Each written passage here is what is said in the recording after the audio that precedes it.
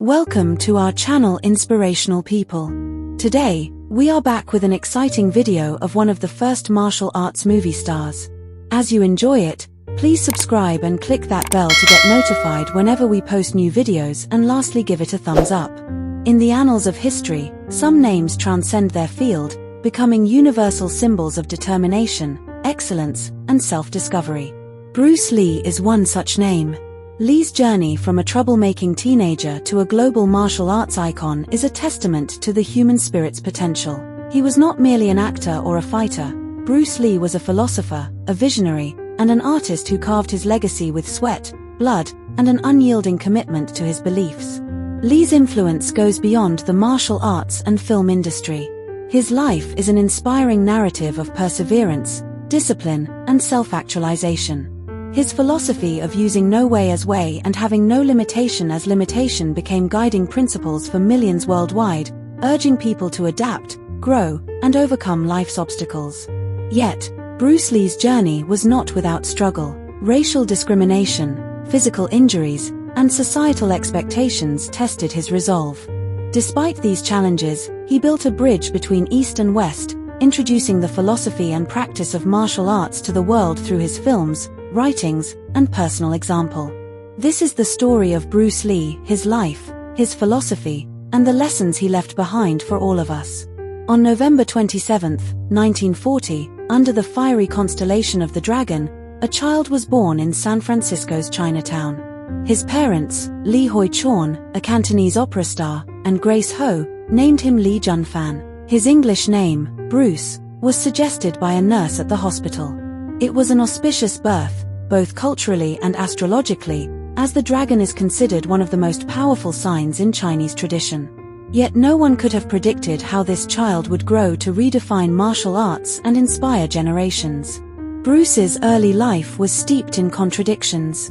Born in America but raised in Hong Kong, he straddled two cultures from the very beginning. The Lee family returned to Hong Kong when Bruce was just a few months old, as his father's opera career demanded it.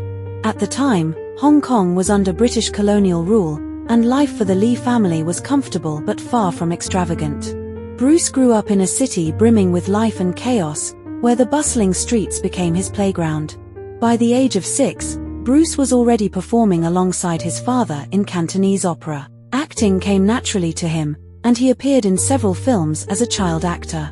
Yet, beneath the veneer of a promising young star lay a restless energy that often got him into trouble. Bruce was a mischievous boy, full of curiosity and an uncontainable zest for life. He was quick to laugh but also quick to anger, traits that would later shape his fighting spirit. Hong Kong in the 1950s was a city of contrasts, opulence and poverty, tradition and modernity. For Bruce, it was also a battleground. He frequently got into street fights, often against local gangs. His smaller stature made him a target, but it also pushed him to fight smarter and harder. These early skirmishes ignited a fire within him, a desire not only to protect himself but to master the art of combat. At the age of 13, Bruce's parents decided he needed discipline and direction. They enrolled him in martial arts training under the legendary Ip Man, a master of Wing Chun. Ip Man's dojo was no ordinary school. It was a sanctuary where students learned not just how to fight but how to think and act with humility. Under Ip Man's guidance, Bruce began to understand that martial arts were as much about the mind and spirit as they were about the body. Bruce's dedication to Wing Chun was unparalleled. He would practice for hours, perfecting every strike, block, and movement with obsessive precision. Yet, even as he excelled, Bruce found himself questioning the rigidity of traditional martial arts. He admired the discipline but believed there was something missing, a fluidity, a freedom to adapt to any situation. This seed of thought would later grow into his revolutionary martial arts philosophy, Jeet Kune Do. While Bruce thrived in the dojo, he struggled in school. Academics didn't interest him, and his rebellious nature often put him at odds with teachers. More than that, Bruce faced an internal conflict. As a boy born in America and raised in Hong Kong, he felt caught between two worlds. On one hand, he was deeply connected to his Chinese heritage. On the other, he was drawn to the allure of Western culture, particularly its films, music, and freedom of expression. This duality would follow Bruce throughout his life, shaping his vision of bridging East and West. He believed martial arts could serve as a universal language, transcending cultural barriers. But at the time, he was just a teenager trying to find his place in a world that often seemed too small for his dreams. By the time Bruce was 18, his rebellious streak had reached a boiling point. He had dropped out of school, and his involvement in street fights was becoming a serious concern. After a particularly violent altercation, his parents decided it was time for a drastic change. They sent Bruce back to America, hoping that a fresh start would help him find a more constructive path. Little did they know, this decision would set Bruce Lee on the road to greatness. In 1959, at the age of 18, Bruce boarded a ship bound for the United States with just $100 in his pocket and a determination to rebuild his life. His parents believed America would provide him with discipline and opportunity, away from the volatile streets of Hong Kong. Bruce saw it as a chance to explore his independence and chase his dreams. He arrived in Seattle and initially worked as a live-in waiter at Ruby Chow's restaurant, a family friend's establishment. While juggling his work responsibilities, Bruce enrolled at Edison Technical School to complete his high school education. It was during this period that he began to teach martial arts informally to friends and classmates. He shared his knowledge of Wing Chun with an enthusiasm that captivated those around him. Bruce's charisma and skill quickly earned him a following, and he opened his first martial arts school, the Jun Fan Gung Fu Institute, in Seattle. Unlike traditional martial arts schools, Bruce's classes were open to students of all ethnicities, breaking the unwritten rule that Chinese martial arts should only be taught to Chinese students. This decision drew criticism from some within the Chinese community, but Bruce stood firm. He believed martial arts were for everyone, regardless of race or background. As Bruce continued to teach, he began to refine his approach to martial arts. He realized that traditional forms, while valuable, often lacked practicality in real-life combat situations. He started to develop his own philosophy, which he would later call Jeet Kune Do, or the way of the intercepting fist. This new system emphasized adaptability, efficiency, and simplicity, blending elements from various martial arts disciplines. Bruce's philosophy extended beyond martial arts. He saw Jeet Kune Do as a metaphor for life itself, a way to approach challenges with flexibility and creativity. His famous mantra, "Be water, my friend," encapsulated this belief. Water, he explained, could adapt to any shape or obstacle, flowing freely while remaining powerful and unstoppable. In 1964, Bruce moved to Oakland, California, where he opened his second martial arts school. His reputation as a martial artist and teacher continued to grow, attracting students from all walks of life. Among them were Hollywood actors and stuntmen, who were fascinated by Bruce's skills. This connection eventually led to his first big break in the entertainment industry. Bruce was invited to perform at the Long Beach International Karate Championships, where his demonstration of speed, strength, and precision left the audience in awe. His two-finger push-ups and lightning-fast punches caught the attention of a producer from 20th Century Fox, who offered him a screen test. Bruce's first significant role came in the television series The Green Hornet, 1966 to 1967, where he played Kato, the Green Hornet's sidekick.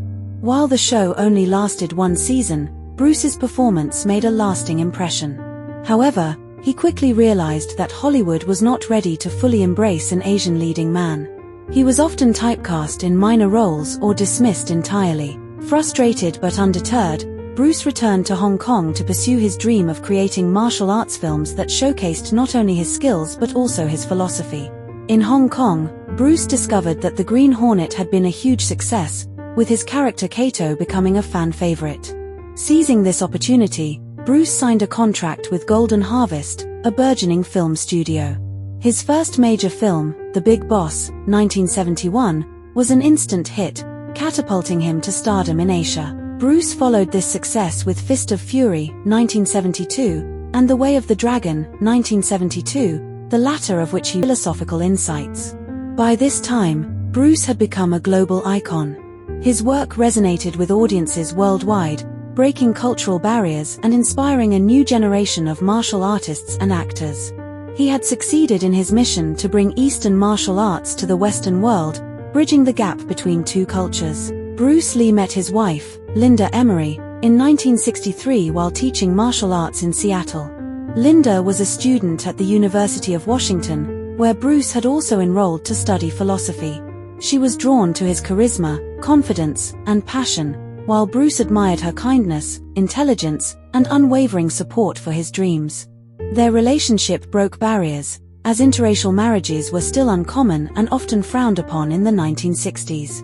Linda, a Caucasian woman, faced criticism for marrying a Chinese man, but she and Bruce defied societal prejudices. They believed love transcended race and cultural differences, a belief that would later influence Bruce's vision of unity through martial arts. The couple married on August 17, 1964, in a small, intimate ceremony.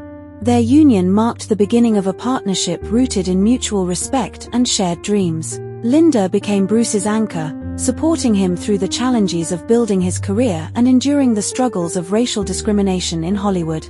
Bruce and Linda welcomed their first child, Brandon Bruce Lee, on February 1, 1965, in Oakland, California. Brandon was the light of Bruce's life, and fatherhood brought out a softer, more nurturing side of him. Despite his demanding schedule, Bruce made time to play with Brandon, teaching him the principles of martial arts and instilling in him the values of discipline and perseverance. On April 19, 1969, the couple welcomed their second child, Shannon Emery Lee, in Santa Monica, California. Bruce adored his daughter, often calling her his princess. He would spend hours entertaining her with stories, playing games, and showering her with love. Shannon later recalled how her father's warmth and playfulness made him larger than life, even beyond his fame. For Bruce, being a father was a source of immense pride and joy. He was determined to give his children the love and guidance he believed every parent owed their child. Despite his growing fame, Bruce remained present in their lives, often bringing them to film sets and involving them in his world. Bruce once said, "The most important thing in life is to be yourself, to live authentically and to express your uniqueness." In his role as a husband and father, Bruce Lee lived these words every day, leaving behind not only a cultural legacy but a family deeply connected to his spirit. Bruce's journey to stardom was not without its obstacles. In 1970, he suffered a debilitating back injury while weightlifting. Doctors told him he might never practice martial arts again. For many, this would have been the end, which was published posthumously and remains a classic in martial arts literature. Through sheer willpower and determination, Bruce regained his strength and returned to training, proving once again that the human spirit is capable of extraordinary resilience. In 1973, Bruce starred in Enter the Dragon, a co-production between Warner Brothers and Golden Harvest. The film marked a significant milestone. It was the first major Hollywood production to feature a Chinese actor in a leading role. Enter the Dragon was a masterpiece, blending martial arts action with deep philosophical themes. It became a global sensation, cementing Bruce's status as a cultural icon. Tragically, Bruce Lee did not live to see the full impact. The circumstances of his death have remained a subject of mystery and speculation, but what is certain is that his passing left an indelible void in the hearts of millions. That day, Bruce had been in Hong Kong, meeting with producers and finalizing details for his next film, Game of Death. In the afternoon, Bruce visited the home of actress Betty Ting Pei to discuss script revisions. According to reports, Bruce complained of a headache and was given Equagesic, a common painkiller that also acted as a muscle relaxant. After taking the medication, Bruce lay down to rest but never woke up. Efforts to revive him were futile. Bruce Lee was pronounced dead upon arrival at Queen Elizabeth Hospital. An autopsy later revealed that the cause of death was cerebral edema, or swelling of the brain. It was believed to be an allergic reaction to the ingredients in the painkiller, though conspiracy theories and alternative explanations continue to surround his untimely demise. Bruce's sudden passing shocked the world.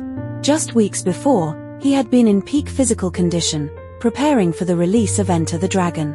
The film, set to premiere in August 1973, was poised to catapult him into even greater global stardom. Instead, it became a posthumous. Bruce's body was flown to Seattle, where he had lived during his early years in the United States. On July 30, 1973, a private funeral was held at Lakeview Cemetery, attended by family, close friends, and a select group of his students. Linda Lee chose Seattle as Bruce's final resting place because it was the city where he had begun his journey in America, teaching martial arts and building the foundation for his legacy. The funeral was a quiet, dignified affair. Bruce was dressed in a traditional Chinese suit, lying peacefully in his casket. Taiki Kimura, Dan Inosanto, and other loyal students served as pallbearers, carrying their master to his grave. His epitaph read, "Your inspiration continues to guide us toward our personal liberation." Bruce Lee's death marked the end of an extraordinary life but the beginning of an immortal legacy. His passing sparked an outpouring of grief and admiration from fans worldwide. Tributes poured in from every corner of the globe, celebrating his achievements and the indomitable spirit he represented. For many, Bruce Lee's death served as a reminder of the fragility of life.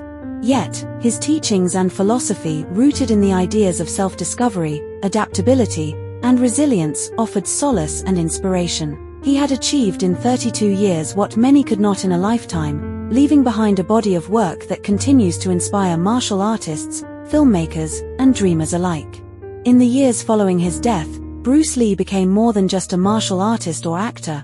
He became a symbol of what is possible when passion, discipline, and vision align. His gravesite in Seattle remains a place of pilgrimage for fans, a testament to the enduring power of his legacy. Brandon and Shannon inherited their father's charisma and passion. Brandon pursued acting and martial arts, following in Bruce's footsteps, while Shannon became an actress, singer, and advocate for her father's legacy.